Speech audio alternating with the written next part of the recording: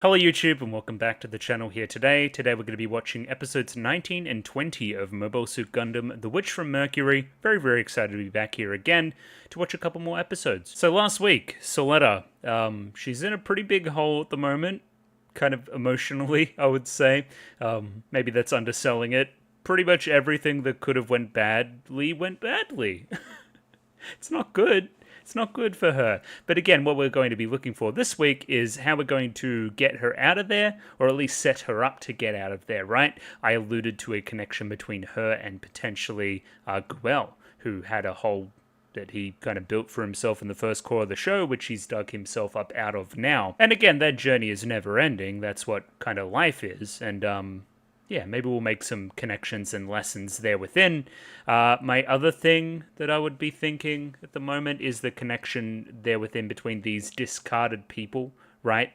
Kind of Nerea, she feels that kind of way. Elan number 5 and Elan number 4 for the record as well. Both felt that way. Potentially Soletta meets up with them somehow and they relate on that subject. That's a general direction I think that we may go. Either way, YouTube comments I have up here. Only 2 this week, starting here with Molly, with a little bit of a new Tanya theme to the comment, which I guess isn't exactly a surprise. Martin in the Mikage therapy elevator.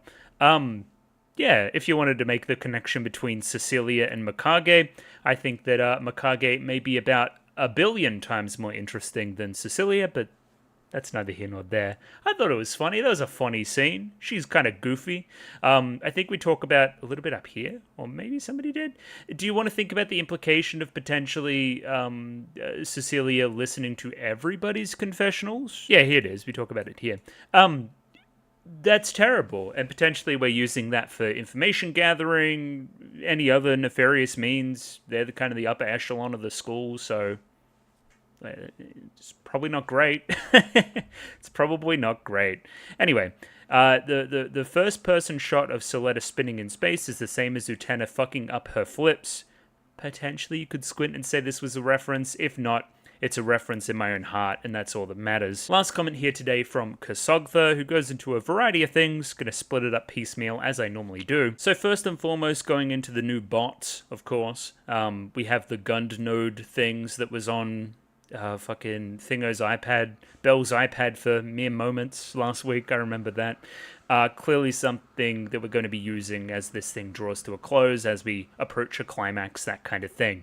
Seems to be integral in whatever Quiet Zero plot we have going on. The one we should watch for, however, is probably the Schwarzette, let's say, that Jaturk have been working with. It means Dark One. Sure. And yeah, the female kind of suffix there of et is an interesting one too. Who's going to be piloting that thing? I have some theories. We're probably going to let the show do that, but yeah, excited. There's another robot there that has been set up that needs to now be in a battle somewhere. Hope you're feeling better next week as well. That would be nice. And yes, gunpla prices are pure evil.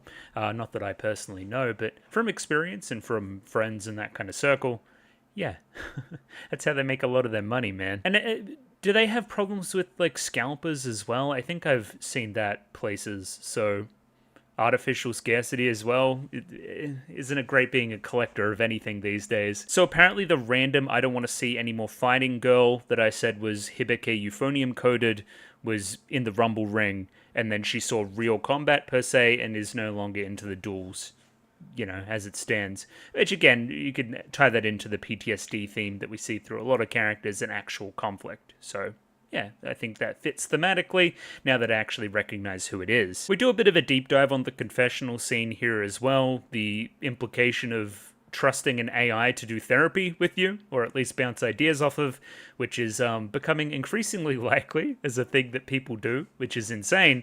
AI chatbots and the like. And again, the idea of somebody just on the other side listening in, you can't help but feel relevant. That's all I'm trying to say, I guess. Either way, we'll see where that goes. Seems like Cecilia may be blackmailing Martin? It may be a way for her to get involved in the show. Again, we'll see. We're going to let the show cook. And for this stuff, like the actual logistics behind the creation of Soletta as a clone, per se, I'm going to leave it up to the show's discretion on how much they want to show me. I believe them. I believe that a baby appeared. I don't know how the baby appeared, but I believe them and that it did, so that's half the battle. I like what we say here about potentially each of the gun nodes could be an attempt at creating a Soletta, however that may manifest, and like they're all kind of siblings within that way as well, but also all encompassing the same being in a weird way as well. Like this is the first one that's kind of broken out, that being Soletta. The number 12 there's interesting too. Feels like there's some significance there, you would say. Breaking out of the greater Eri construct is Soletta. What does that mean for her as a human? What does that mean for her own independence? Is she breaking out of this idea of being an Eri, the idea of being connected to her mother and being her own person? Is this all important kind of steps on her journey of growth? You'd have to imagine yes. And again, as I keep saying, we're going to see what the show does with it.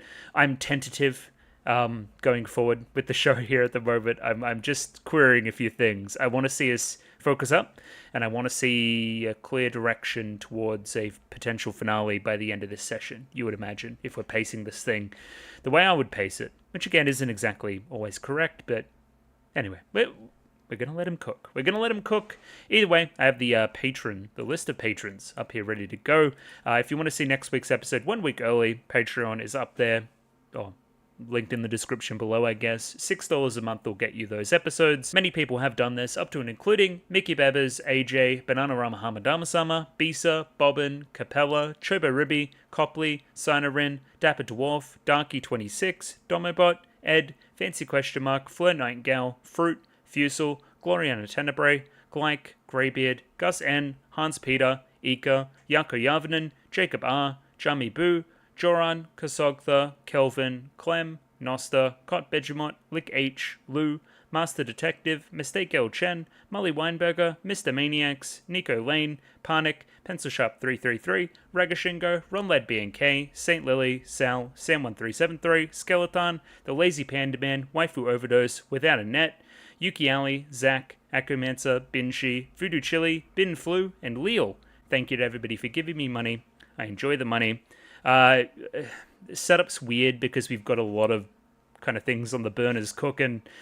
Broadly, Soletta feels bad for multiple reasons. Rejected by her wife, girlfriend, husband, wife, which was poor. Rejected by her sister after that, and of course rejected by her mother after that even again.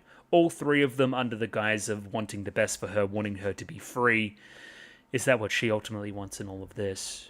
There will be a journey of self-discovery, as I have said. I look forward to seeing where it goes from there. I don't really know. Yeah, Guel and Miorine are off to Earth to deal with some riots for some clout in the election. That's kind of a direction as well. Elan, Nika, and Nerea still hanging out at Grassley HQ as well. Shadiq plotting in bed with Peel. Again, Belmeri has been weird. Anyway, we're going to watch episode 19. Upcoming. Let's jump into that right now. Radio, I have episode 19 up there ready to go. 23 minutes and 52 seconds on this one, so sync up accordingly with your own copy. I have the Judas file set, should be very similar to official stuff. And yeah, picture-in-picture version in the description below. Let's give this thing a 3, 2, 1. Radio, 3, 2, 1, go.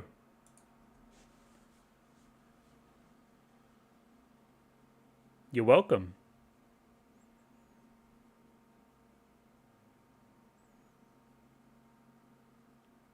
Oh yeah, we talked about this with, Guel took one of these. It's how you travel in and out of space, I guess.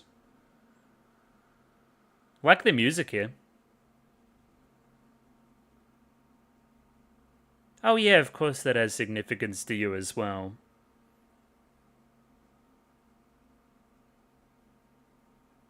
Oh yeah, this guy. He's here too.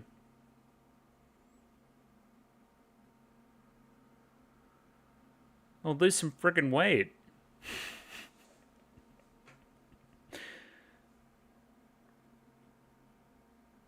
He's definitely suspect of a lot of things going on, so one to watch.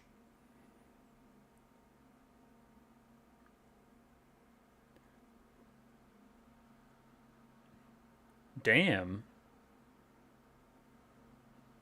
I mean, I wouldn't. She's a bit of a hothead. So's Goel in the past.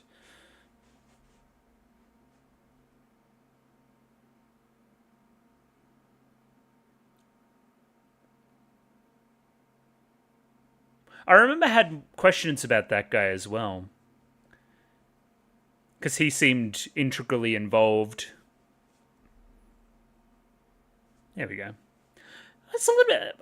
Really struggling with like volume on the channel at the moment. Like my mic is often very quiet. I have to pump it up in post, and the animes themselves just kind of vary so much in sound. Specifically, the Tanya the Evil movie, I struggle with a lot. The quiet scene's very quiet. The loud scene's extremely loud. But again, it varies from show to show. I haven't had problems with other things in the past.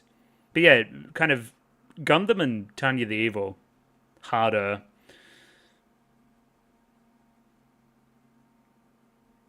I guess there's shows that have a lot of like loud combat in them. Frickin' space baby, get out of here. Oh yeah, wait.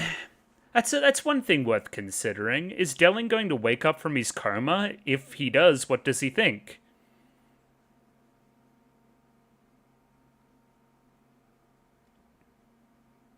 Really like this opening too. Especially that part there with the like kind of like robot either side kind of synced up with the music. Looks really good. Mobile suit if you wanted to be lame too. Always that graffiti there too. Oh yeah. She's fucking heartbroken. That's terrible.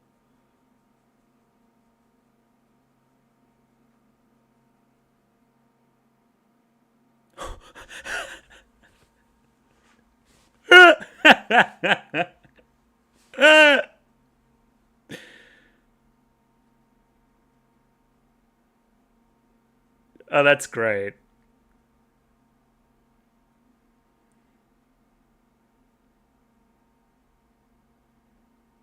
And he's tweaking out.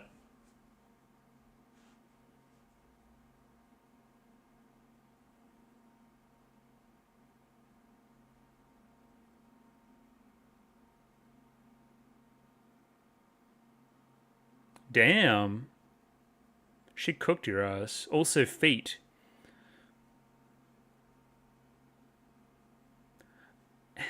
She didn't make it easy. But yeah, you were in the wrong.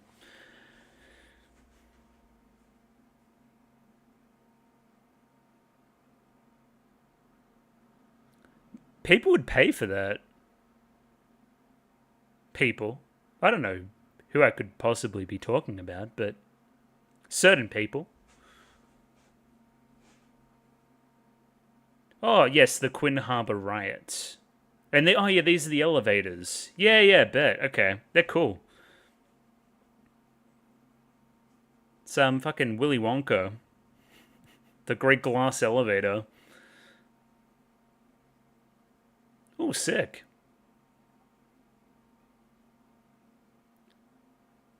Now, where's Quinn Harbor in the world? I guess it's fucking sci-fi, who cares? But I think it's interesting.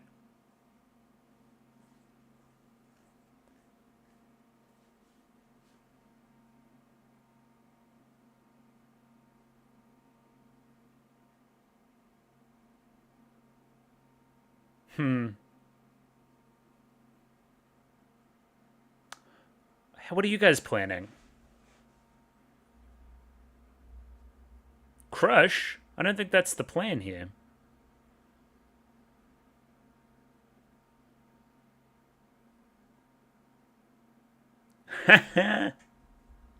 Nah, we got your ass. Nah, you do though. Okay, we just need some evidence.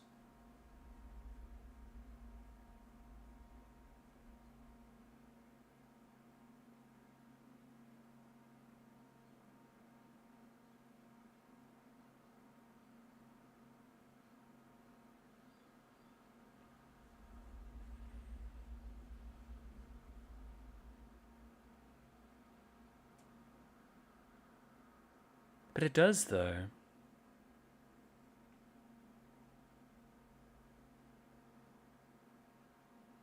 Yeah, and you didn't have a choice in the matter. I guess one thing to consider is now that we know that they were always Space Assembly League people, why did they want Miorine in the start of the show? Or at least wanted to help her out. They were probably watching maybe Quite Zero from a long way out. I knew that something fishy was going on and wanted an in with Delling, maybe. Or at least Benneret was sketchy. Wait, do you know him? Oh, we do. Yes. Yes.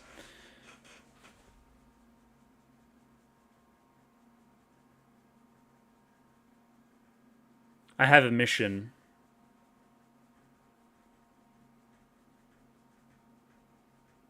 Okay, bye.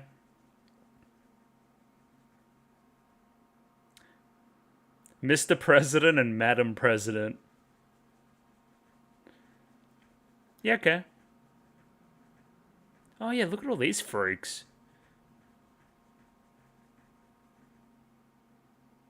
I don't think they're going to shake your hand. You got the whole squad laughing.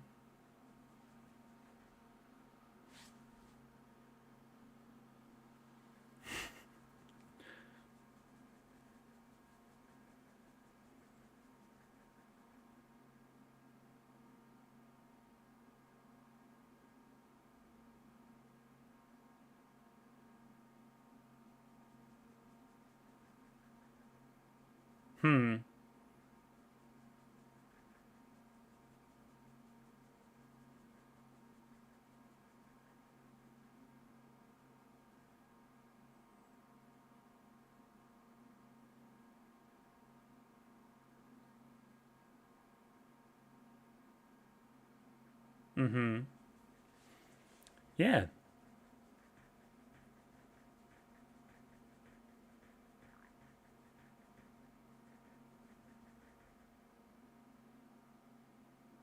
Interesting.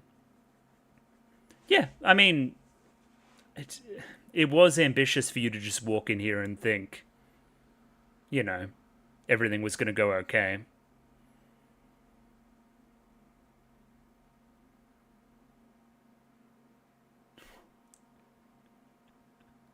Does someone want to help her?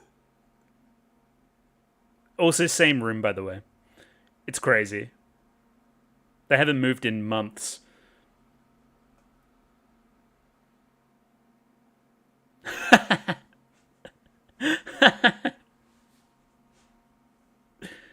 Oh, your name. Well, you threw it. Nika's third wheeling.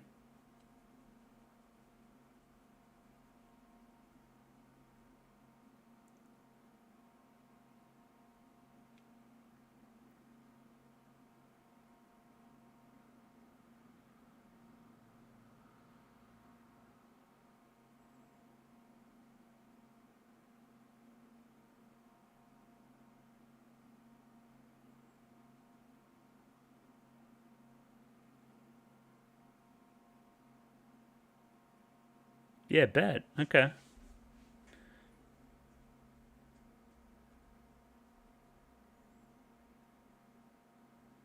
Yeah, okay. Voice acting, by the way. Um. Huh.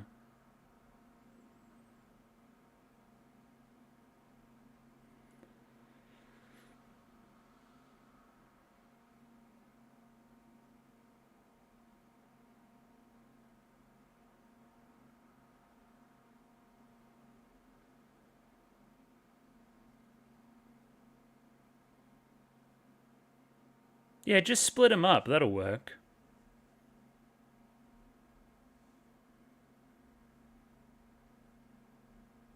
Yeah. Okay. But also, there was another person who was precious to you that you kind of cut off.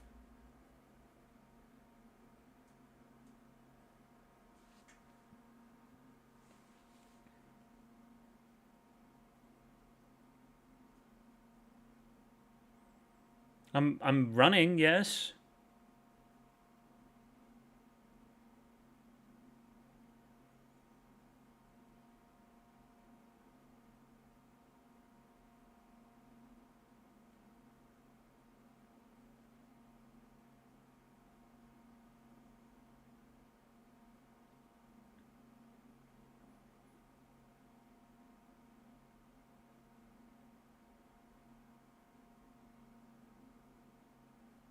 Okay. Alright, we're making some headway, that's good. Yeah, where's Soletta? How you doing, champ? Hungry? Fair. Who's gonna be the first to talk to you? Oh, she looks tiny. Is she okay?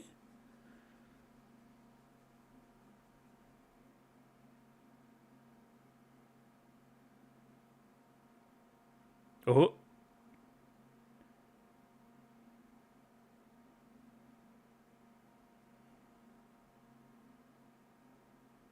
Like a wounded animal. It's ham?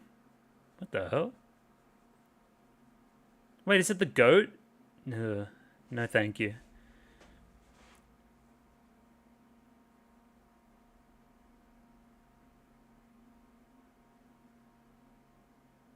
Okay, thank you, friends.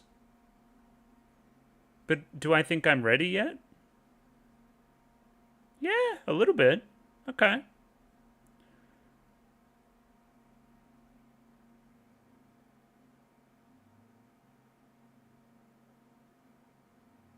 It tastes like tears.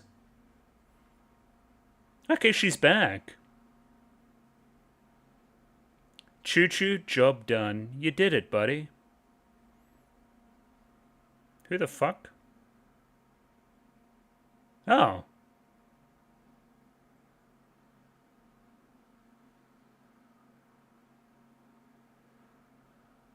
He's confessing. Gotcha. But...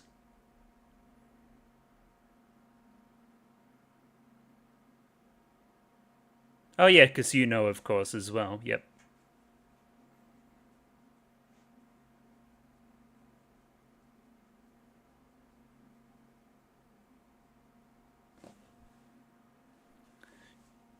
She had your best interests in mind, kinda.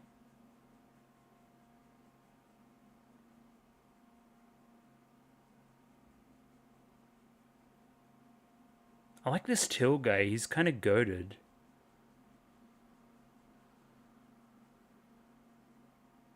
I don't think there's any hard feelings here.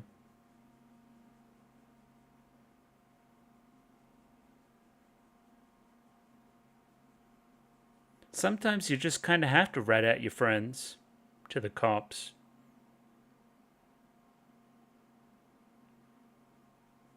Correct.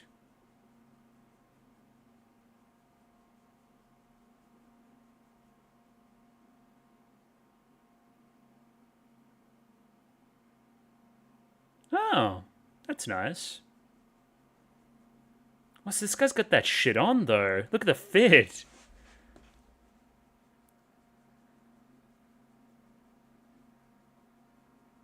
No. Also, I don't get to choose.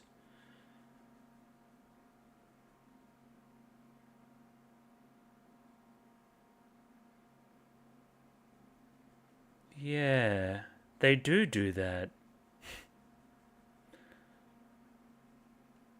Correct. I don't control Grassley. Yeah. You are president, though.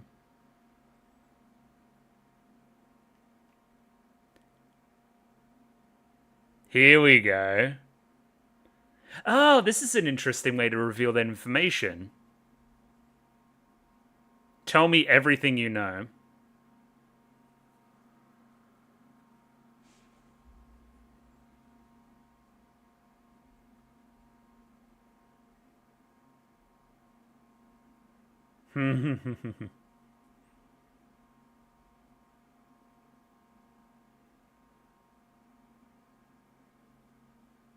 The one formerly known as.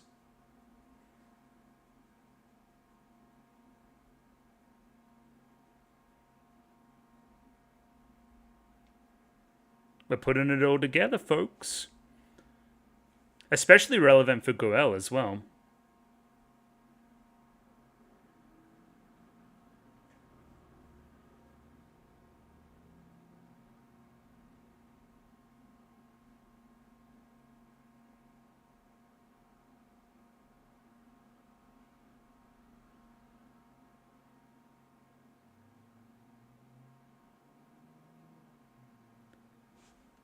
Me and Rene's put this together very quickly. That's a very measured response.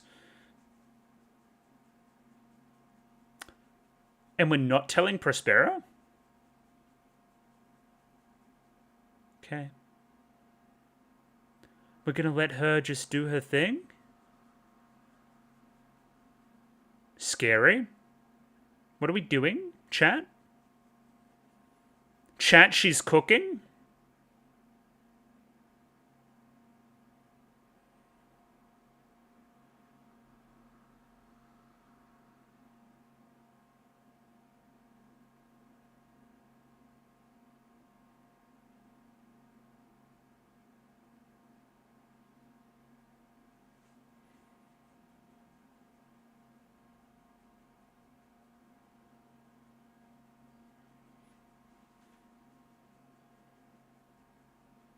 Is no one stopping this evil, evil woman?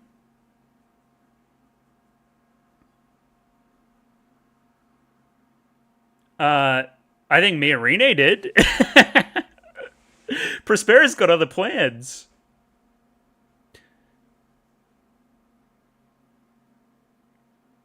And she just hung up on me and Rene?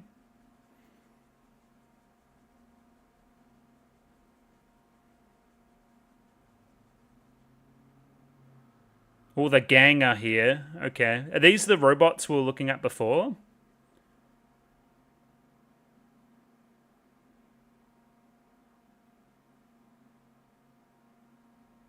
I think I see their bots. Oh, okay. Yep. Gotcha.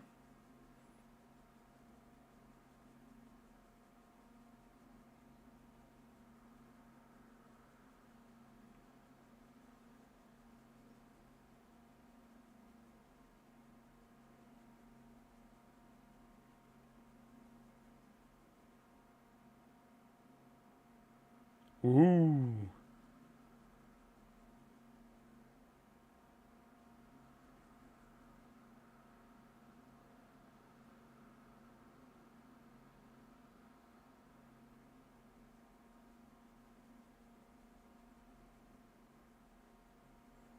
Interesting. I thought that she would have assimilated them.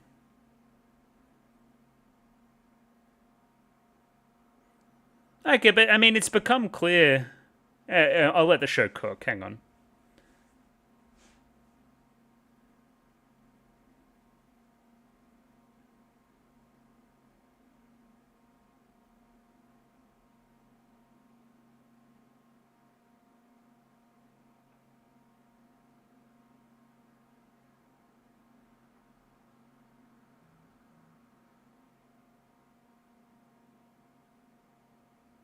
Okay, bye. Yeah, I mean, yeah.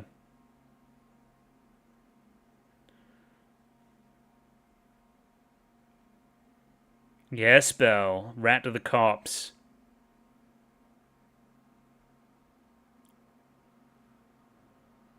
What? Who? Who? Who? Oh!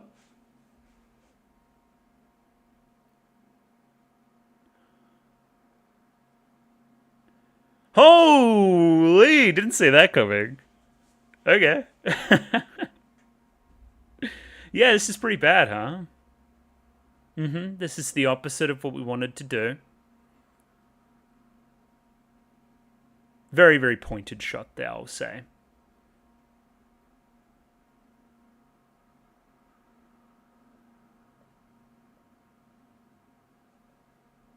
Ellen, you're a psycho. You're nothing like Ellen number 5.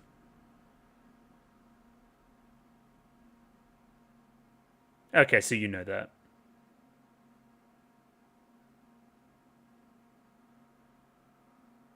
Defiled her? I don't know why you're blaming Guel.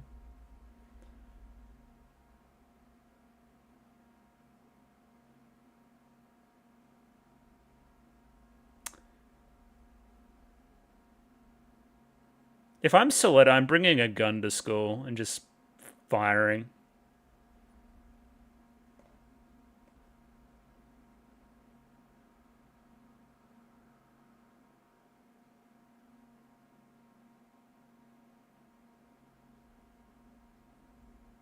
Okay, so you've put that together very quickly, actually. Okay.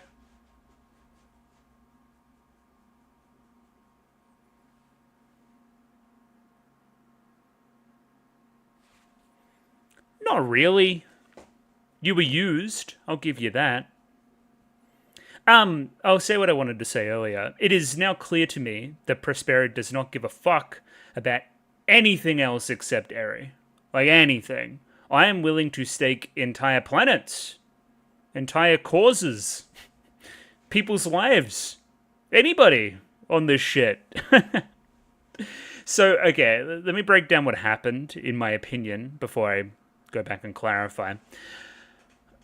Prospera pushed Miorine to go to Earth as a kind of cover for her going to Earth as well, that being Prospera, so that she could identify where the other Gundams are from Dawn of Fold and destroy them, and also perpetuate the conflict in the process. One, because it's an insult to the ideals of Vanidus or whatever the hell. And two, because she was suspicious of Shadiq already. We learnt that from a previous episode's conversation, I believe. Next episode. The end of hope. That would be the start of despair. Speaking of, that art at the end looked Danganronpa-esque. But anyway, we'll leave that there. Next episode, episode 20 of the show, coming right up. And there we have it, episode 20, up there ready to go. 23 minutes and 52 seconds on this one, so sync up accordingly with your own copy. Same stuff as last time, picture-in-picture version in the description below. Let's give it a 3, 2, 1. Radio, 3, 2, 1, go.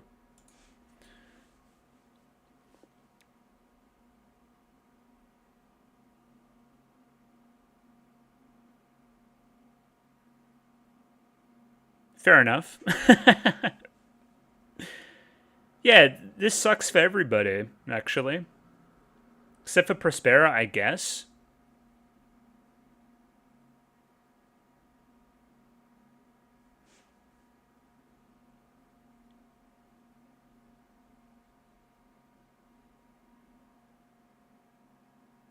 Hmm.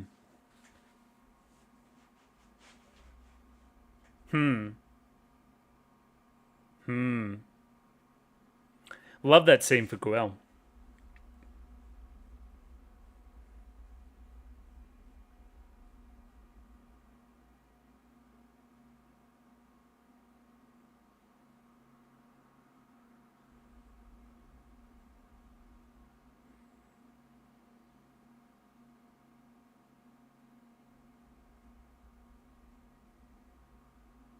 Michaelis.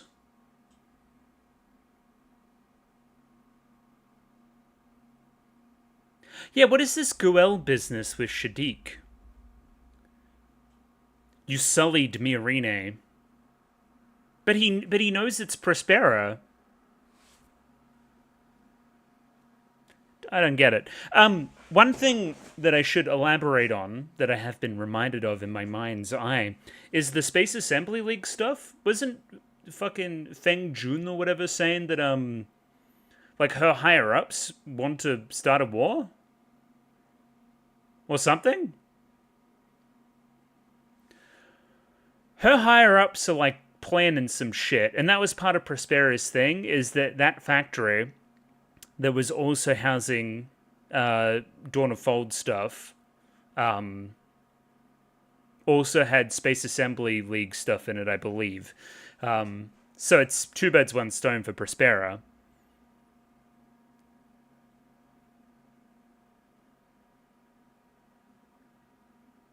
But I mean, Prospera's just making the moves at the moment, right?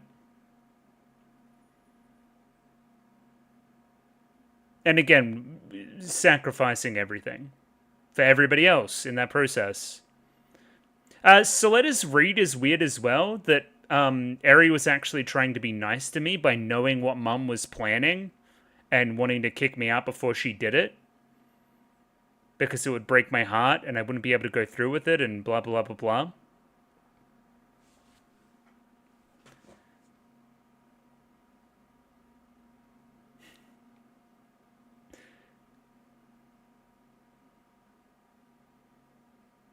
Yeah, how the hell is he supposed to know? Why don't you, get Soletta in here? Why don't they just talk to Soletta? Soletta would know.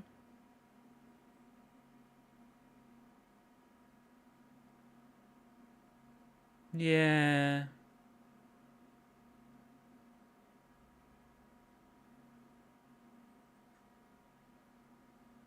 Block the haters out. Now, she's funny when she's mad. Oh, okay, so Soletta's just locking in again. At least trying to.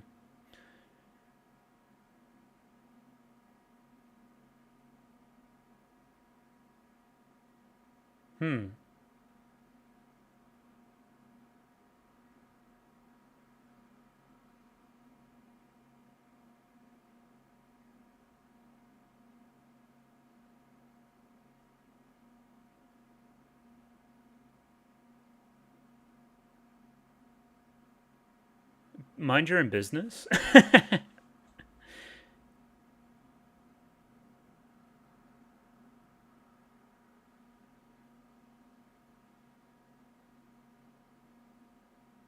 Okay, and you're down bad. Thanks for the notes. Huh? Classic.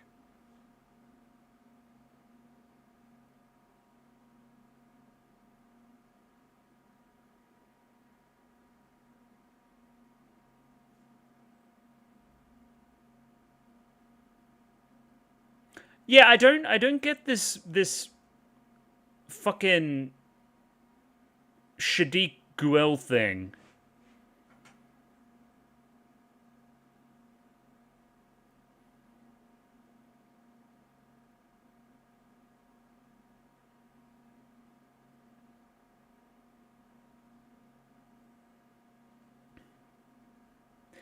Nah.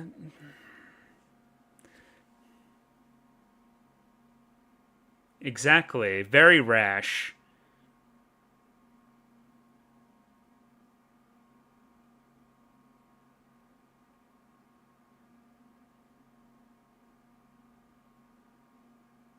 Is the argument here that if Guel was there, then Prospera wouldn't have did what she did?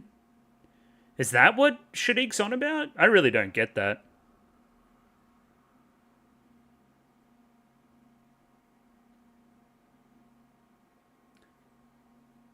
Because how does Shadik know that we knew before we told him?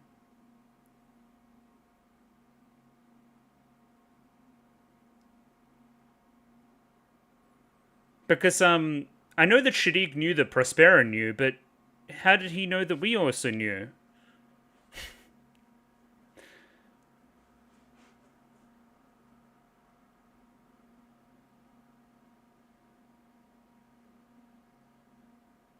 Wee! Sick!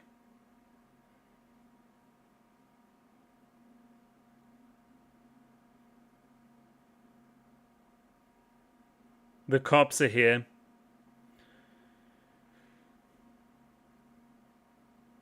Oh! Here she goes!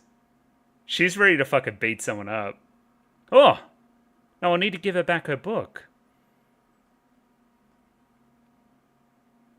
Nika, thoughts? Are you still gonna stay just hiding, or... Okay, nope, okay. Based, I guess.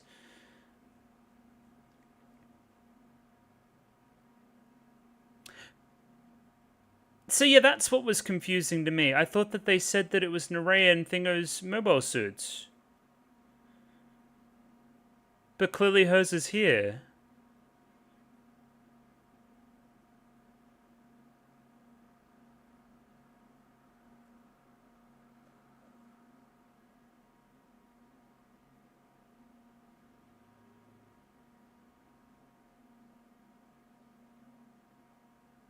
Okay, bye. Yeah, broadly confused again. Wait, why was there multiple?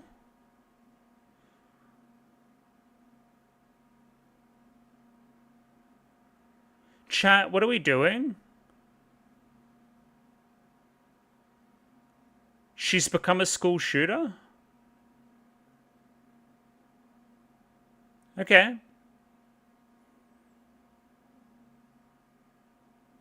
Not for the reason you think.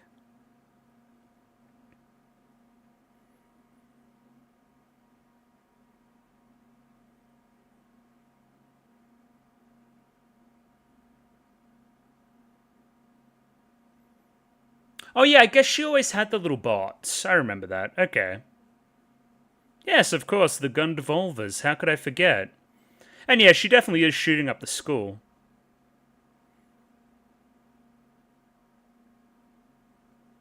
I need a hero?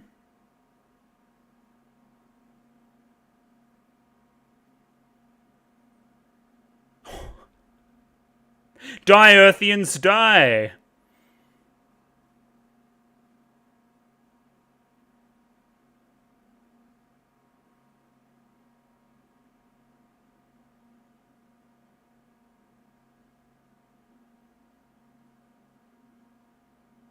I don't know anymore.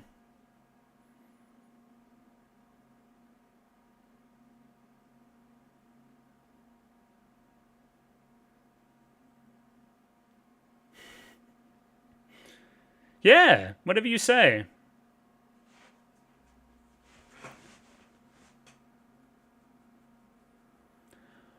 Whatever makes you feel better.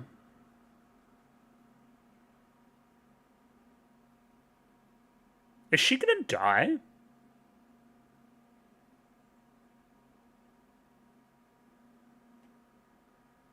I'm watching.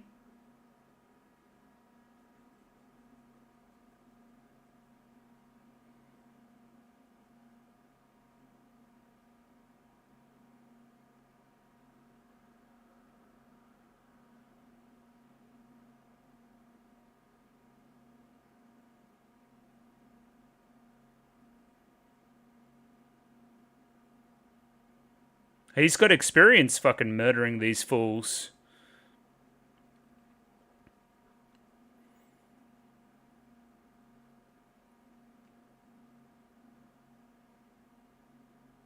Yes.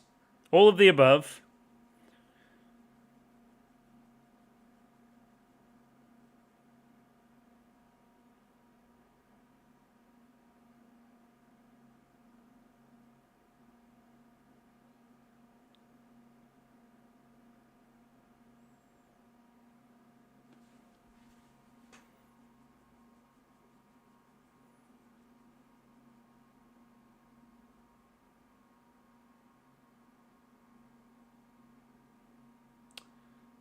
Well, yeah. And then he didn't... Oh, yeah, he didn't know. But let me explain. Oh, ugh. Ugh. Dead? Dead? Oh, no, Tomatoes is still alive. Oh! Not for much longer.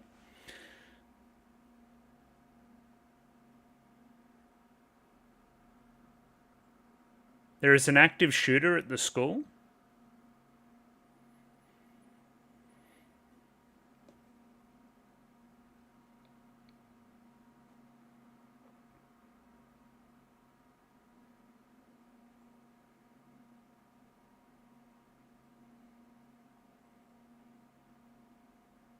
Okay, bye.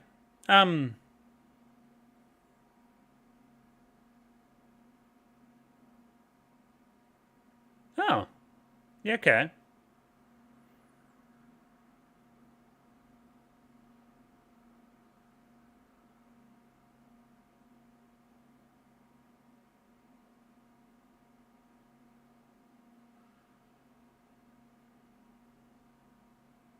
Bado Endo?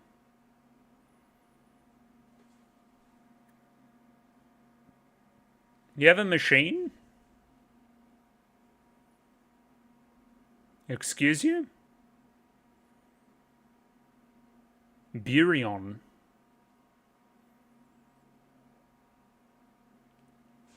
Yeah, come on, pom-pom head.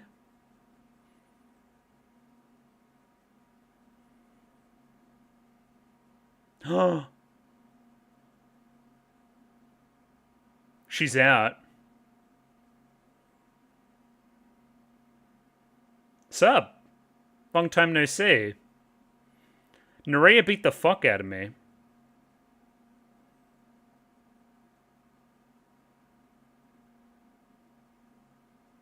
Sure.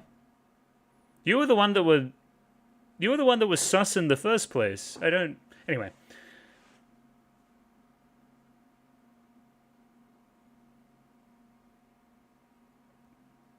I don't blame you.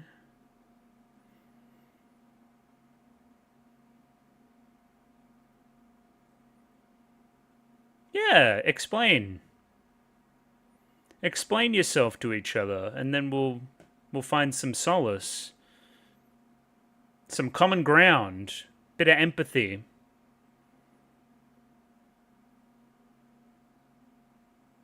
Sick. She's kind of cooking.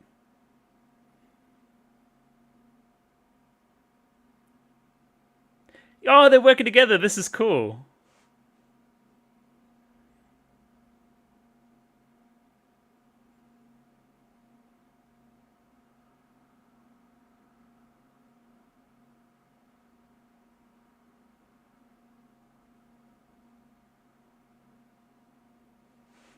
Don't really know what's going on in space. It's freaking me out a little bit. Music's sick, though. I can tell you that.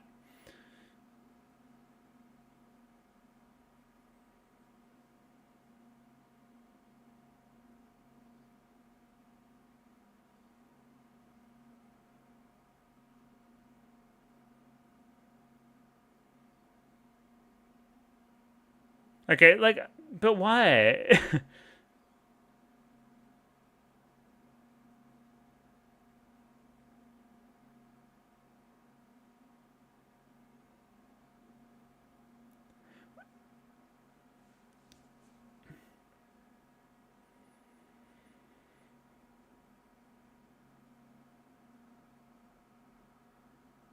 Yeah, cool. Okay.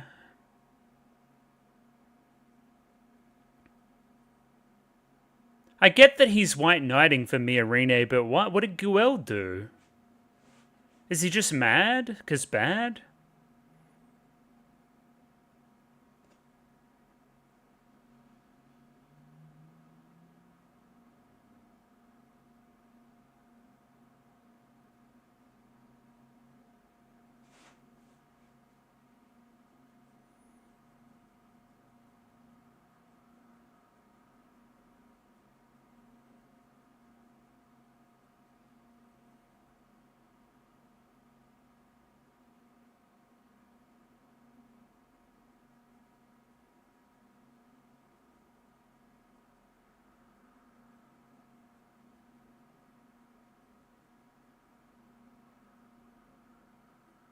But Guel's gone through massive development to the point where it's not like that anymore.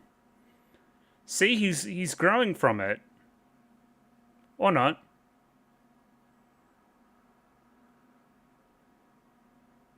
Oh no, we got him. What are you going to do without any limbs, buddy?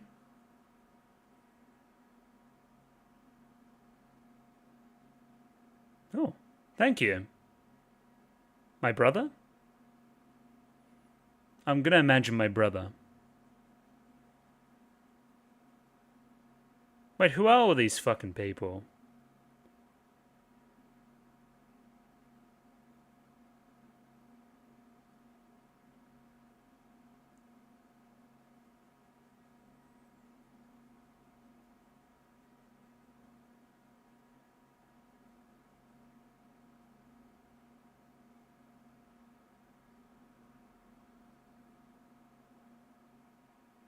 I don't understand that at all. Okay.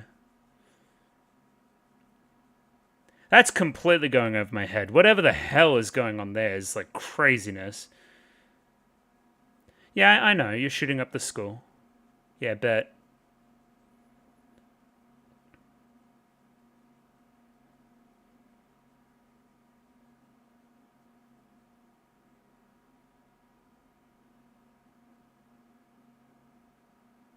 She's not gonna listen to you. You kidding me? I get to live?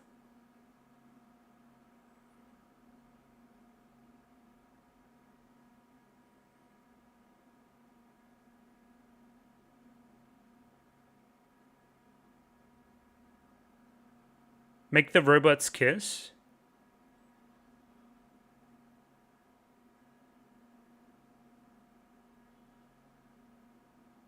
Oh.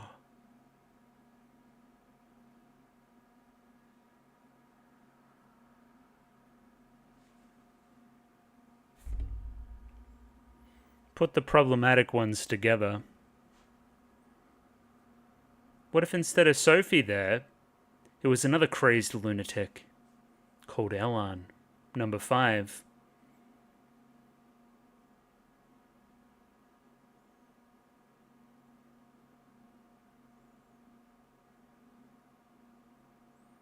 Yeah.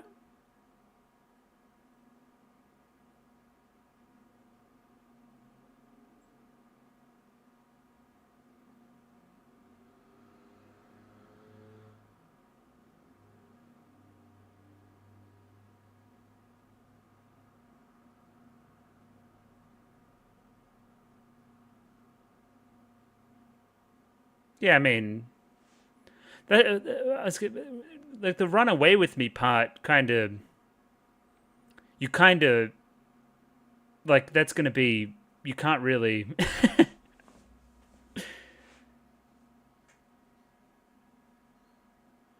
All right, and now we've radicalized Elan number 5.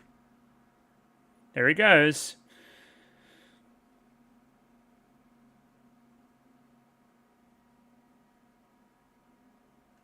Cool. Slater just slept through the whole episode? She's definitely dead, by the way. Yeah. As soon as she started talking too much, I was like, she's definitely dead. Is that late title card? Really late title card? I was like, what's going on?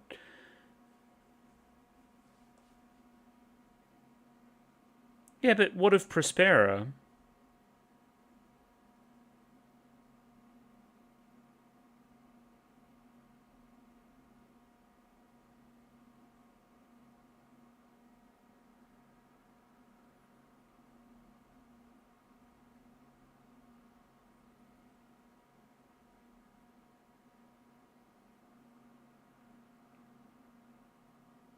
Cool, cool, cool, cool, cool.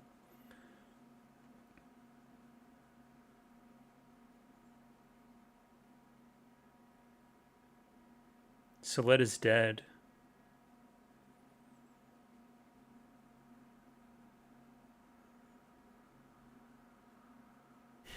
At least the farm animals made it out.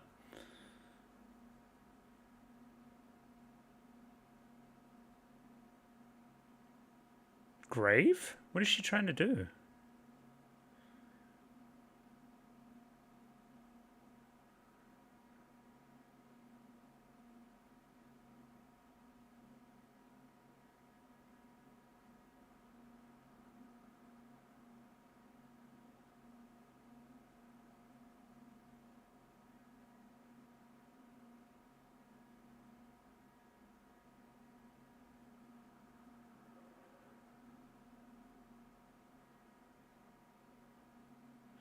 I mean, that's all well and good, but I think we have like other like plot priorities and anyway, I'm so confused. This whole episode. I think this is the same consequence of kind of what I was talking about last week. Just like we fractured the story too much. There's too much shit going on. We really needed to focus up. the chronic lack of Soletta in these entire, like, 2 episodes really is crazy, considering how big of the thing that happened to her in the end of last week's session. The lack of Soletta, the lack of Miorine, when, again, I think that's clearly the strongest stuff in the show.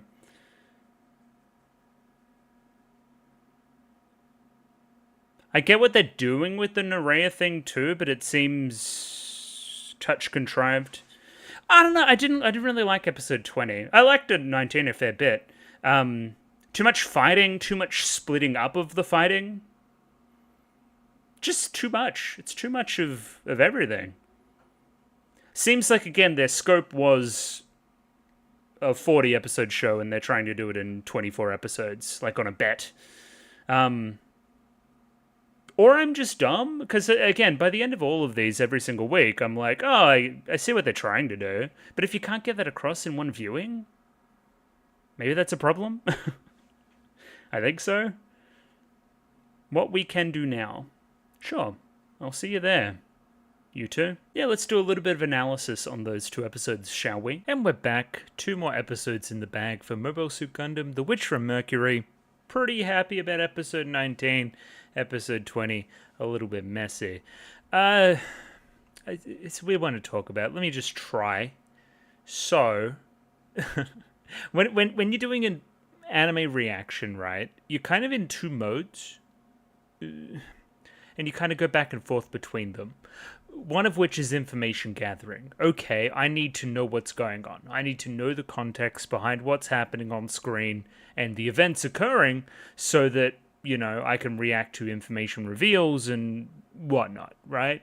Lots of stuff in that kind of area, I would say. The second one would be emotionally trying to understand things, right? Okay, well, events happened. What does that mean for character XYZ? What does that mean for events of the past? How is this being kind of reflected or subverted or a dichotomy created or any number of things, right? How are we generating the emotional power of the story, whether that be through story reveal or character or comedy or whatnot, right? I feel like pretty consistently in this show, I'm stuck on step 1. I'm just in information gathering mode the entire time.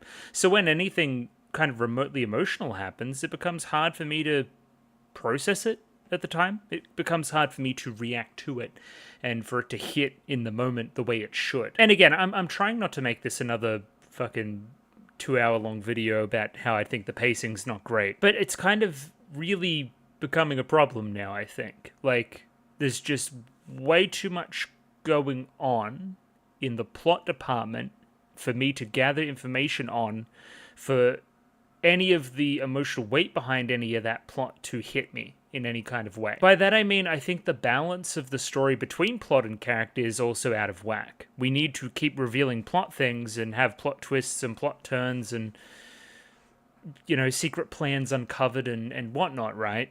To the point where we're sacrificing on what this means for any of the people in the moment, and things come across as stunted and weird. And I think after the chaos of the last few couple sessions as well, we had a real chance here to solidify. We had a real chance to focus in on Soletta and what she's going through and how she's processing through this kind of information, and we just kind of didn't.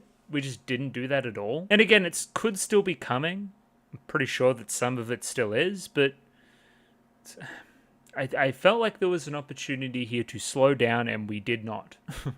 We continued to accelerate to the point of it continuing to be a problem for me personally. Like, this Space Assembly League stuff. So, the Space Assembly League, the higher-ups there, they're kind of run by previous Ox-Earth people, right? And Ox-Earth is obviously one half of, you know, not Gundam, what were they called back in the day? Vanitas and whatnot. The prologue stuff. They were involved there. And it always represented that kind of militant side of Earth. So from that perspective, right, you're then comparing that to Benneret Group, which is very obviously Spacian, right? So if we're associating the militant side of Earth with the Space Assembly League, and they're also potentially in cahoots with Dawn of Fold, considering, and again, I went back and looked at this scene, like, they have, like, the mobile suits here, right? Like, these are the mobile suits that the Space Assembly League had that they were going to use in conflict in apprehending Banneret Group or something.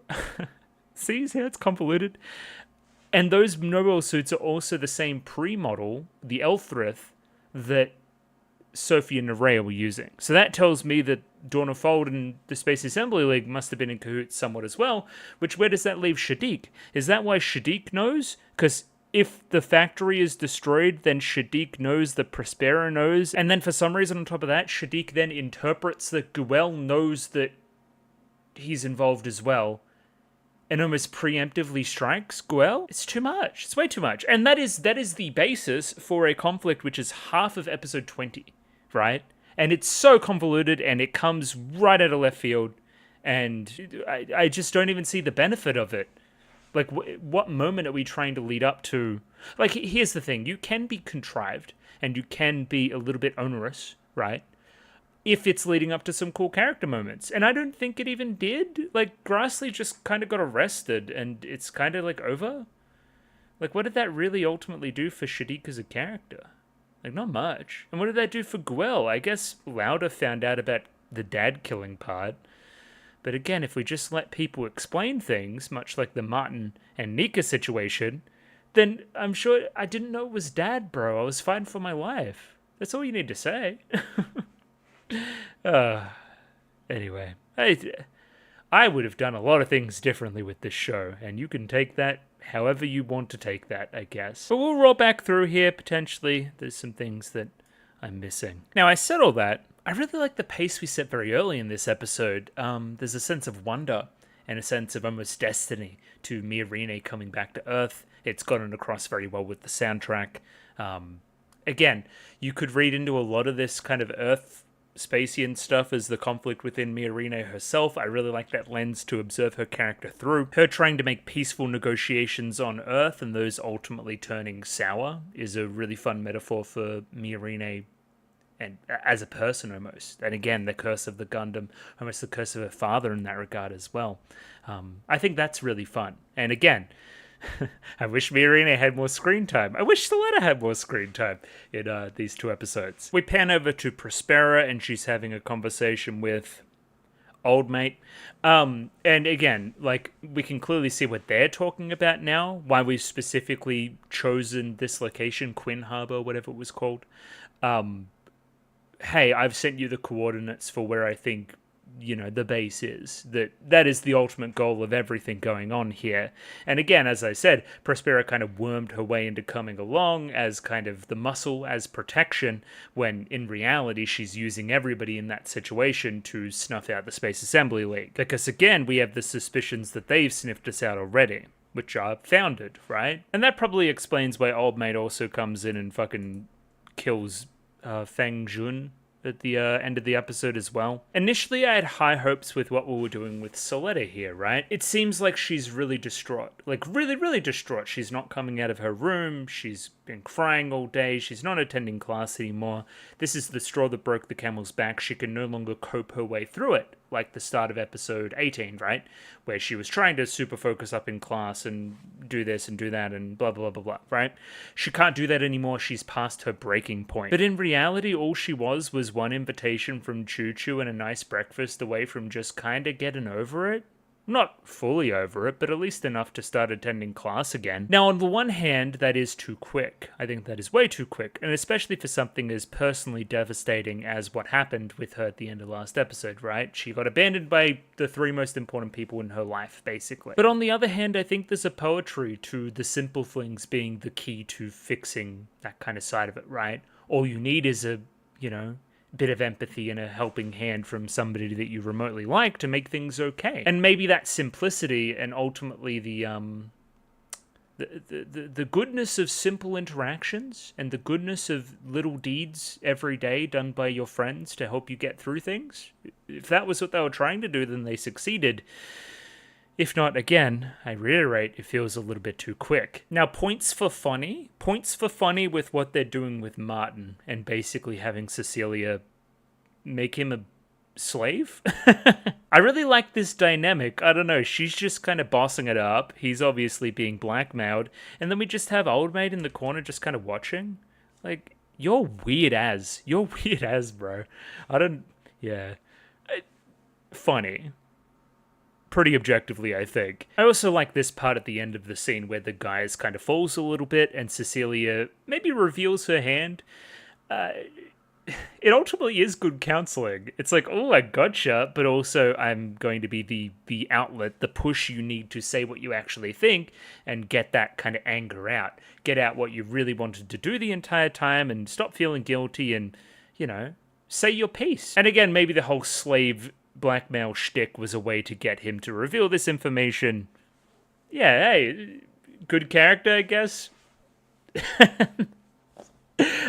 No, I like it. I like that quite a bit. I think it works. And again, in the kind of momentum of the scene, that being the point where she also gives him the candy. Yeah, not Shakespeare, but we're getting there. Next up, we're landing at Quinn Harbor. I don't really know where this city is, but it feels vaguely Middle Eastern. Vaguely, which is an interesting point of reference to design your city off of. Maybe we're trying to say something? A little bit. I'm not touching that with a fucking 10-foot pole. You guys have your fun over there. Either way, we're being kind of, what's the word? Like a bunch of cars taking you in a procession. Guarded, I guess. But the cars aren't just cars, it's also Gundams. So it can't help but come across as a little bit of a threat, right? Got these giant mobile suits flying over me as I move in, right? This doesn't really look like a peaceful negotiation. Okay, I think I'm starting to see the Shadiq thing. Okay, back a scene. This scene. So, we learned that Miorine is there and that they have mobile suits. Elan suggests crushing a few Earthians with said mobile suits, because that may make her more popular in the election. And maybe that's her plan the entire time. Shadiq says, nope, that won't happen. As long as Miorine is there, then this won't happen. She can't do that, blah, blah, blah, blah. And again, you must remember Shadiq's motivations here, very Earthian sympathetic. He knows that Miorine is as well. Makes sense. So, when conflict actually does arise... Shadiq then internalizes it as Guel not playing by the rules and sullying Miorine and making her look bad. And I see it, I can't vocalize it. Like, Miorine is going to now be associated with that side by the people not in the know. Also, me, Shadiq, I've got Miorine on a pedestal and she can't do anything wrong. It must have been you that sullied her. And again, is ultimately blaming Guel for the aggression because Guel's a hothead. Do you see what I mean? Like, Guel, you couldn't have just prevented this.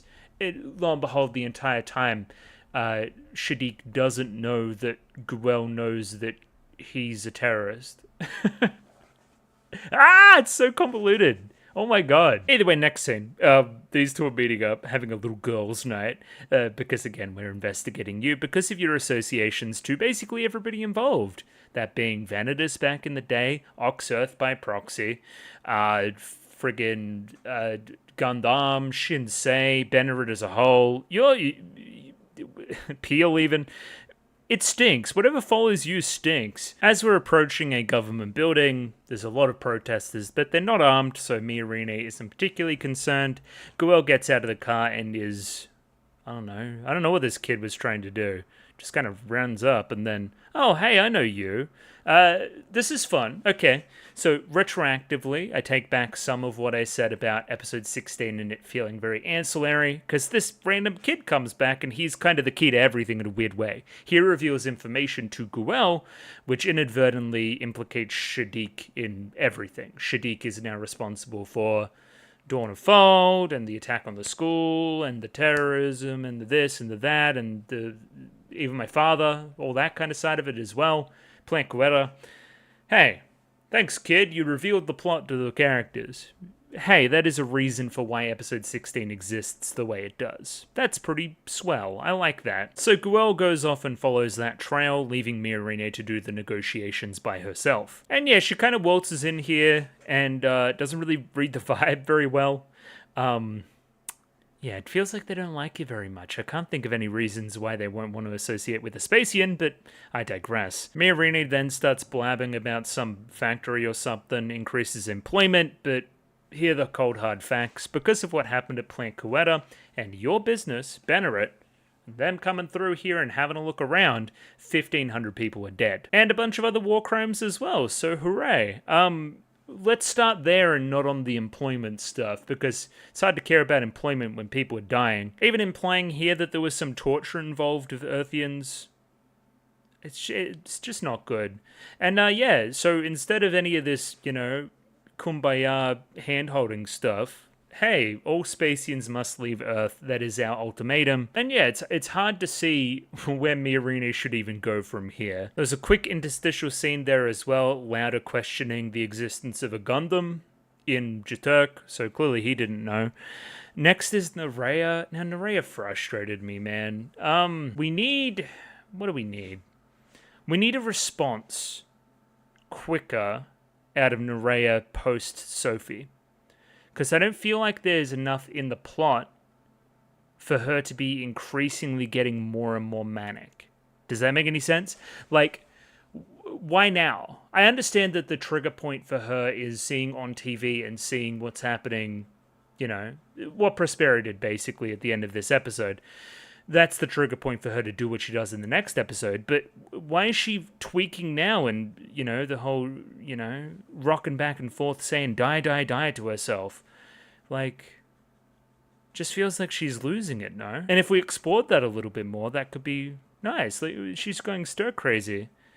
I mean, is that it? Like, I don't know. I feel like we could have done better by that character in a lot of aspects. And it sucks because the voice performance is quite good. I quite like the character design. Just feel like we didn't use her very well, right? It's another within episode pacing problem as well. I think you saw my reaction to this part as well, and I was just kind of like, okay, that kind of came out of nowhere. So this is a weekly TV anime, right? That means you need to be smart about how you build into scenes like this. You can't have this be the first time you see a character in a particular episode, right? This needed to be placed the end of another episode when Nerea was heavily involved. This is a build of tension within one episode and then a release, right? Oh my god, she's at breaking point, she's fucking crazy. Oh no, what's going to happen from there? This can't be placed here. It can't be. It feels way too abrupt. Like, there's a reason why certain scenes are placed in certain orders in a manga versus a TV anime, right? Versus a movie. All three have different pacing requirements to make things flow and feel natural and all sorts of stuff, right? I just can't help but feel like they missed the mark here. And again, great voice performance, great animation, great build. I love Elan and Nerea's characters, really. This should be working, and it's not. And I think it's to a, placement problem. I think that's the cause. Now, I thought this would go in a little bit more of a direction as well. We then cut to Miarini, and she's watching the little Gundam stupid song that Soletta did, obviously feeling nostalgic for when things were a little bit more simpler. Maybe I'm feeling that way as well.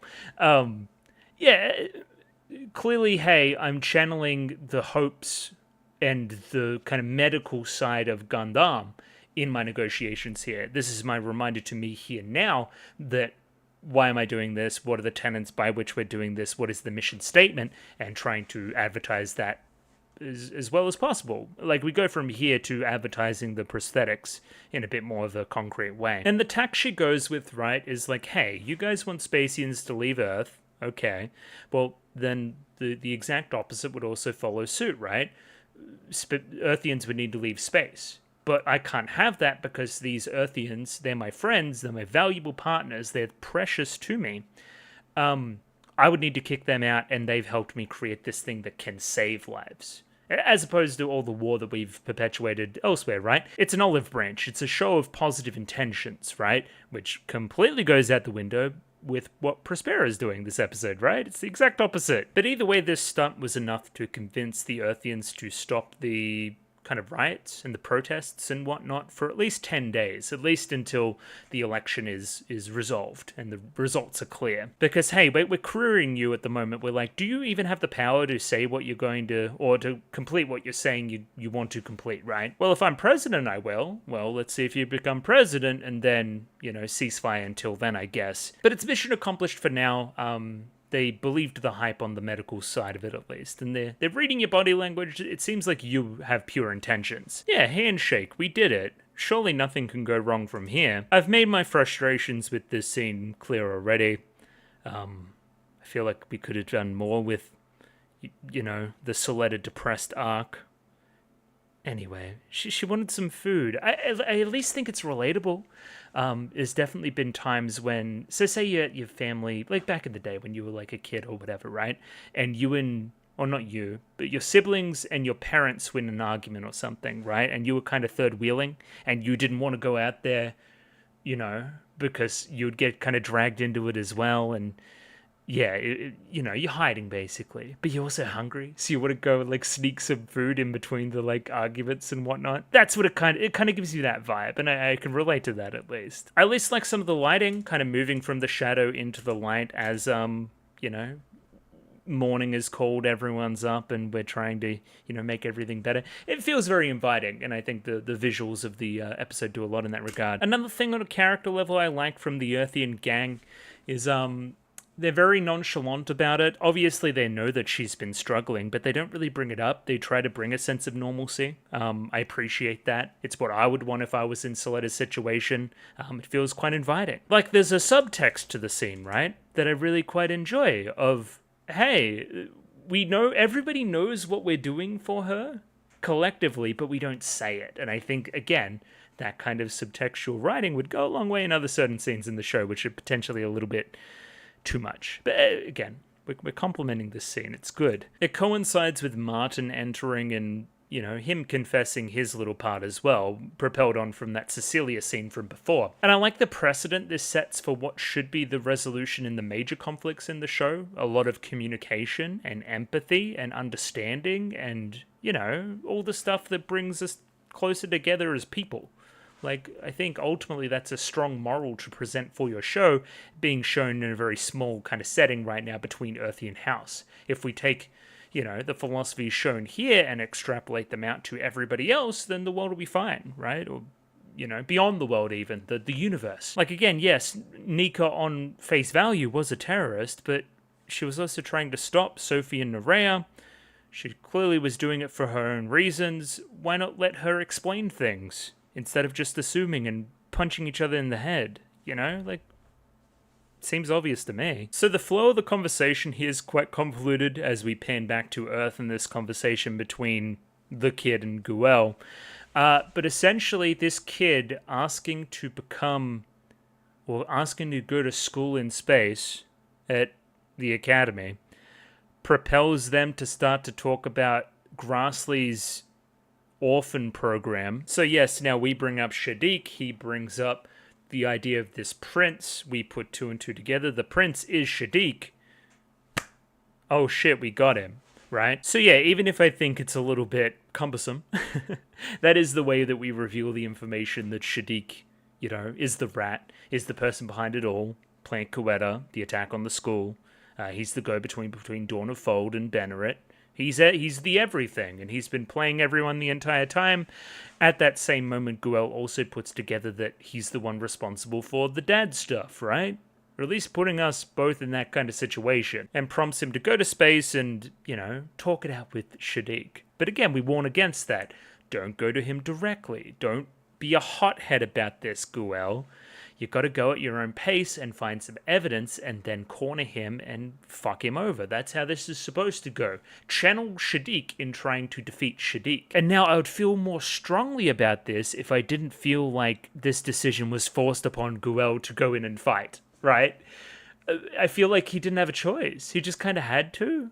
And that sucks. I wish it was character growth for Guel. I feel like him making a conscious decision to figure this shit out himself and find evidence and be able to do all that would have been stronger writing. For some reason, it just feels like Shadiq's like, oh, I know everything that the audience knows. Suddenly, I don't understand that. However, the real rat was actually on the ground already, and that being Prospera, who uses the absence of Kananji and Guel to enact her part of the plan. Now, I stupidly thought that this would have been involved in the rest of the stuff we've seen in the show already. But no, instead it's going to be a little bit more involved with the stuff we're about to reveal about the Space Assembly League. So first things first, we need a distraction. Eri's going to pop out of the fucking walls and put out the permit thing, and we're going to start to control some technology, and we're going to start a war, right? Oh, they fight on me first, it's all out kind of conflict. In that chaos, then I can enact what I want to enact. So this fucks over everything, right? It fucks over the people of Earth, right? Pretty evidently. The conflict then begins again, and again, we don't even know who shot first, it's just a whole disaster. It fucks over Miorine, who wanted to display that we're not a fucking weapons company, we're peaceful. And she can't do that now. It causes the negotiations to fall apart. All of this is trodden upon so you can, have your space baby or whatever. She just sucks. I hate Prospera. I think I hate her. And again, it all feels very pointed now. The exact turning onto the TV by Prospera at that time, saying, hey, this Quinn Harbor place is an opportunity. Again, she only did that because she wanted an excuse to be here at this time to do the chaos to enact this plan. Now, see, this is where I get confused, because then we scan these fucking robots, right? And it says Elfrith and Sophie, and then it says Elfrith Thorn, and then it says Nerea. And I'm like, that must be their bots. I don't know why they're on Earth, but they are. So then I assumed, it must just be all Dawn of Fold stuff, because their robots are here. But it's like, no, it's actually the Space Assembly League that were planning on using Gundams for something else and hiding them on Earth, I think. Which also may in itself be involved with Dawn of Fold, but it's yet to be seen. That's when I get confused next episode, where Sophie and Nerea's mobile suits are still at the school. But these are just pre-production models. That's what I'm getting from this. Then I need a bit of a history lesson on what Ox-Earth even is, because I just thought it was the combination of Venedis and Ox-Earth made that company at the start of the show. But Ox-Earth is still a going concern? I guess they're the military portion of Earth. So Space Assembly League is in with Earth, is what I'm getting from this. And of course this becomes personally resonant for, Elnora, or Prospera, whatever you wanted to say, because she's Dr. Cardo coded, right? Where like, hey, you were the military part that kind of fucking ruined everything. Before that, we had this kind of peaceful company going on. Yeah, I see it for Prospera too. She's like, oh, these fuckers again. And yeah, from here, chaos ensues. Oh my god, a war has broken out. And of course, that causes these negotiations to break down, and basically Miorine fails. Oh yeah, also she gets shot, I guess. But it seems like Belle and the other guy are off to go solve Quiet Zero. One to watch for next week, I guess. This is obviously a very pointed shot as well. We have a crying child here, looking up at the mobile suit in terror.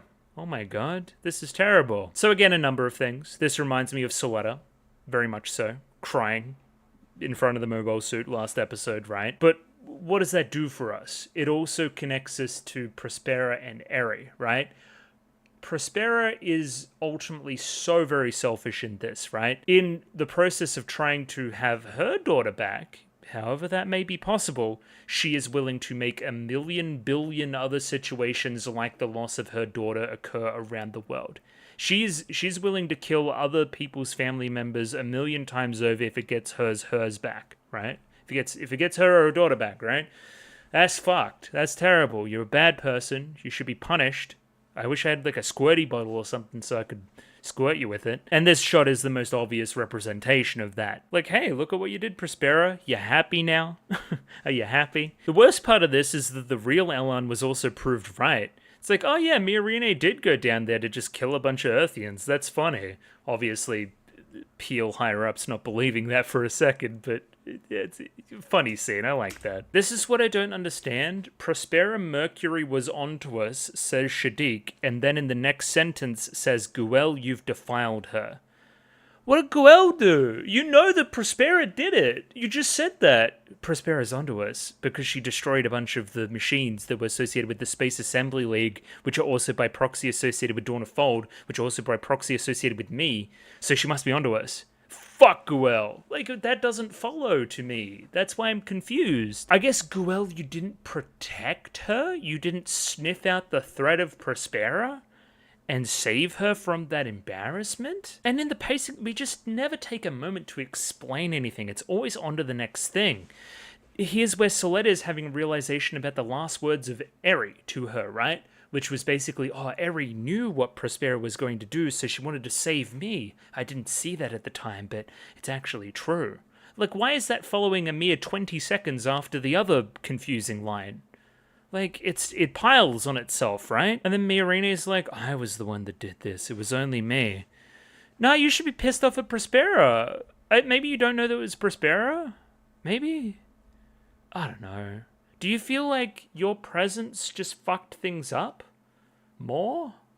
I guess. I don't know. Next episode now. This one's a little bit different now that I've kind of pontificated on things for a while. It's a lot of combat, so get ready for me to say that the combat still looks pretty good. A little bit too much going on in space with kind of all of Shadiq's girls going at once, but that's pretty okay. I just wish I had a more solid grasp on the why. Like, why Shadiq Guel? Like, that's still the sticking point for me. The only thing I have to say about this scene here is that, yeah, liking the thigh highs. Anyway, we'll leave that. Why don't they just go find Soletta? Soletta will tell you. She'll tell you all about Ariel. And maybe she would like to know what Mum's doing with Ariel on Earth as well? I don't know. I don't know why they're talking to Martin. I guess they fucking bonded from last episode. The Earthian house is getting mad hate in the wake of everything going on as well. Best idea is to just drown out the haters, of course. Turn off those comments. We don't need that shit. The best advice that we say here is to just try to drown it out, like Soletta's trying to do, right? But again, that's not the reality. We see Soletta here look at her phone. She's getting anonymous messages from people just saying, hey, did Miorine actually kill all those Earthians? She keeps thinking about it to the point of not being able to focus in class and getting a little bit of a reminder from... What's-her-face? What's-her-face dies this episode. I feel nothing. I saw it coming from a mile out. As soon as we start talking to her way too much, I'm like, why are we oh, she's dying. Okay, gotcha. It's nice that this character showed you a little bit of respect before she carked it, though. I think that adds to the likability index. I've been holding off on saying it for a little bit. I think this show has Darling in the Franxx-itis. Clearly not as bad as Darling in the Franxx in this regard, but they just keep trying to, like, one-up the complications of the plot when, at its base level, it was already just good. It was fine. We never needed to elevate. It was satisfactory. We didn't need to fucking do all this extra shit. I think, again, just 5 or 6 episodes ago, just focusing up and really nailing a finale would have been way better than what we're doing now. And again, I feel the same way about Darling in the Franxx. That's why I bring it up, right? Really, really kind of good momentum of that show to about the midpoint, and then it just accelerates and tries to do way too much too quickly, jumps the shark a million times, and then ends, basically. It's like, what was the point of any of that? Hopefully, again, we can course correct with this finale a little bit. Hopefully. Either way, we get out into space here. We kind of... Shadiq's already here. We kind of play... What's the word?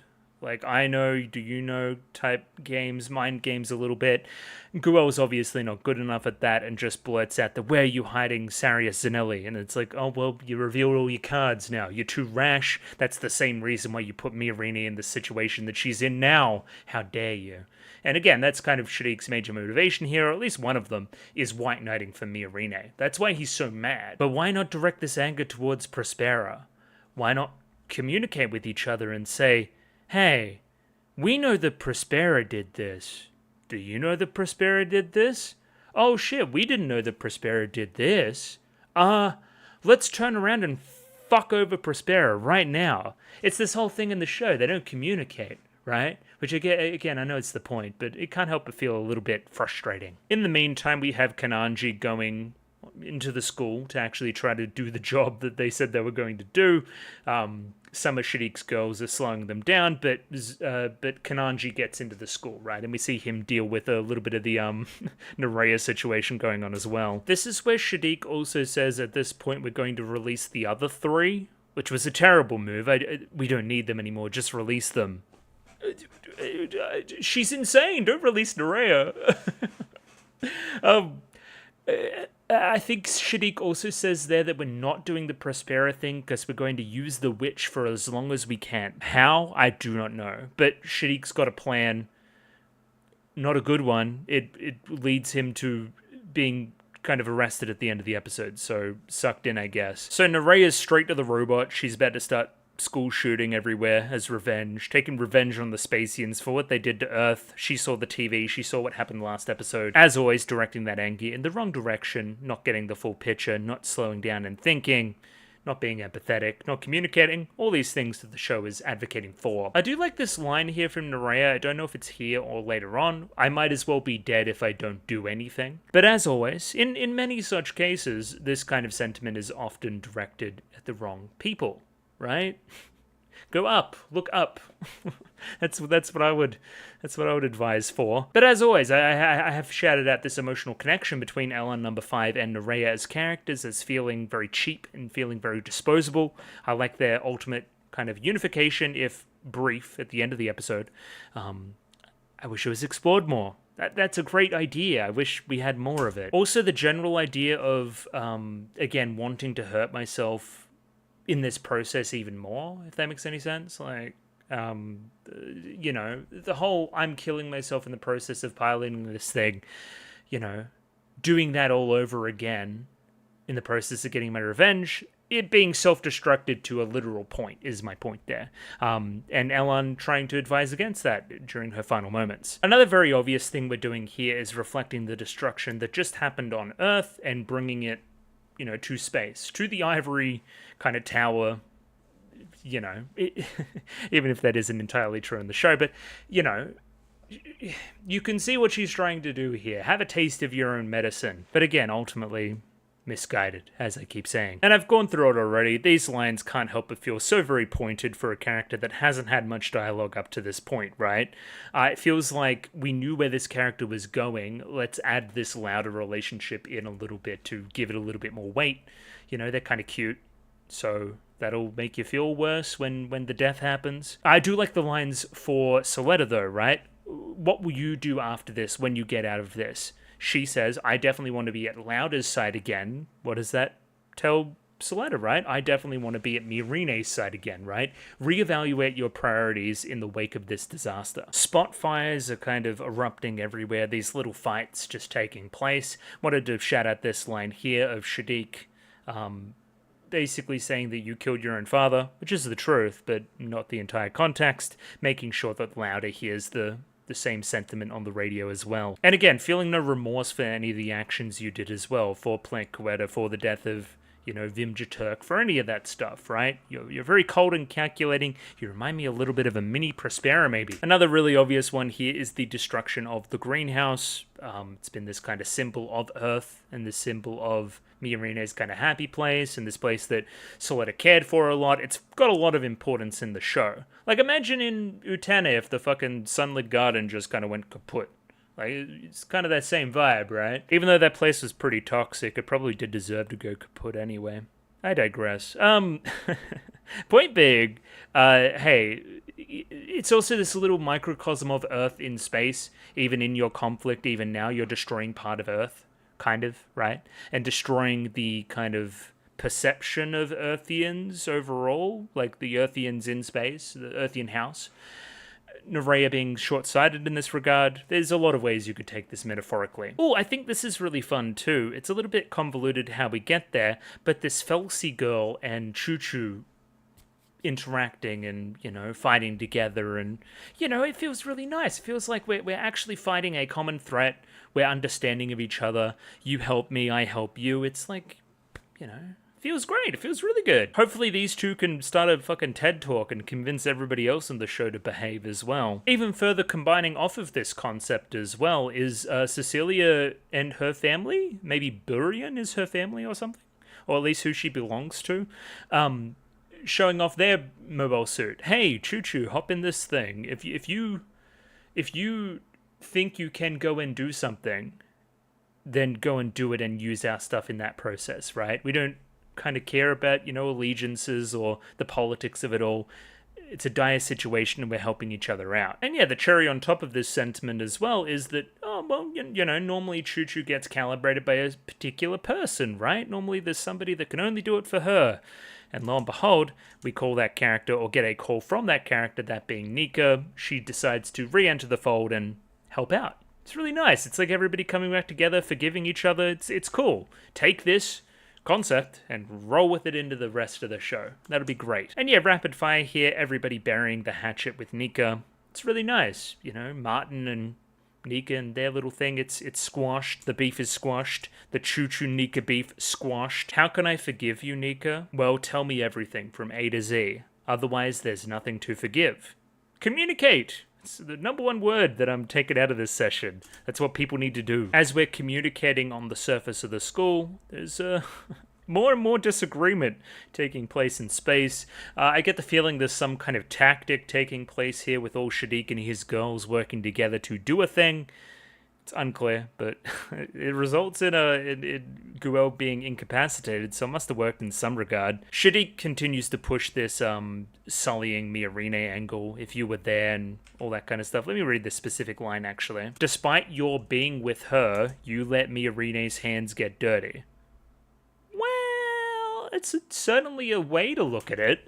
Shadiq then probably spins this off into a little bit more the genuine baggage that he has, which is that the war petitioning and that kind of stuff from before led him to the person he is today, right? Who made me this way? Who made me collaborate with terrorists and do this and do that and blah, blah, blah, blah, blah. It was you, Spacians, as a concept. Well, Guel didn't. The sins of the father do not equal the sins of the son, of course. Like, we gotta understand that, guys. I think there's also an understanding here that Shadiq is sacrificing himself in a way, and sacrificing the Zanelli family, Grassley as a concept, and his plans for Sarius to get away and be with the Assembly League, because that's important for reasons, because the Assembly League are actually hugely important, and this is kind of really 11th hour. But that's why Sarius Zanelli says later, oh, my stupid son, I see what you've done here. You've, sacrificed yourself almost. They're really playing up the class angle with, Guel as well. You grew up with the silver spoon in your mouth. And I know they didn't see the character development that we did, but the latest that I saw fucking Guel eat, he was, refusing to eat in, a toilet stall in a school on Earth. You don't know what he's been through. You're just assuming. You're assuming things, you freaks. Either way, it ends in almost mutual destruction for the two. Guel's all smashed up, but so is Shadiq. And yeah, I think all the cops are here too. I think that's what all these fucking robots are about. And then I think Shadiq warns that the Space Assembly League is going to get more involved now. Okay. I look forward to it greatly. And yeah, Sarius Zanelli's also kind of disappointed because, I still cared for my son a little bit, even though he kidnapped me. But I digress. And again, I think this part here is really sweet in concept. If again, say the line, but I think it's a little bit quick. I really like the Nerea Elan number 5 connection. I've referenced it a number of times already. I also felt a little romantic thing there too, so I'm happy that we're kind of playing with that too. This whole run away with me vibe is one of my favorite kind of tropes as well, so happy we're using it. Me, Elan number 5, being this person to calm another person down, to feel a genuine way about somebody. Even, again, this kind of final line of the scene, Nerea saying, hey, reveal your real name to me, show me your real, beneath all the artifice, who you really are. I think that all is great. I love all of that. And again, I both don't like and I like how callous we are with it, right? It feels very tragic and sudden, and I don't like it, and that kind of stuff. And that's good. That's how you're supposed to feel. But also, by that same token, it's callous and fast and fucked, and I'm confused. I'm torn on it. But again, good performances through the scene too, I must add. Also, this general idea of being human, and being human is to care. To live is to care about things. You're already dead, Elan number 5. Now, Sophie, she cared. She really lived. You're nothing like her. And in that process, like, Nerea being reminded of Sophie when Elan finally cuts to the, you know, realness of the conversation, when he finally says what he actually means. I'm actually reminded of her. Maybe you do remind me of Sophie a lot more. And yeah, sniped from the side when she shuts everything down. Tell me your real name, Elan, and then off she goes. That's no good. Another thing I really like here is this causes Elan number 5 to snap, who's always been kind of nonchalant and too cool for school and stuff. Now, this is another great moment. I actually genuinely cared about this person. The way they died was very callous. It causes me to kind of tweak out. Also, Petra's dead. I don't know. We kind of talked our way through that one already. Really like the late title card, though. I think that's a great touch. Yeah, and kind of everyone's left in a really devastated spot. There's death and despair everywhere. The school is attacked for the second time in as many weeks, it feels like. Lauder's found out about his brother's, lie, deceit. Shadiq and the girls have been discovered. Soletta's picking up the pieces. Earthhouse is in shambles. Elan's gone rogue. Nerea's dead. It's the end of hope personified. Everything's fucked. The only person that got out of this scot-free is fucking Prospera, the one that fucking set the fucking bomb off. I want to see her dead and soon. In the final scene, we see Nika come up to Soletta and try to apologize for things, right? Tries to do a lot of things. She's been missing for quite a long time. It's time for these characters to finally reconvene. Of course, Nika and Soletta have quite the connection.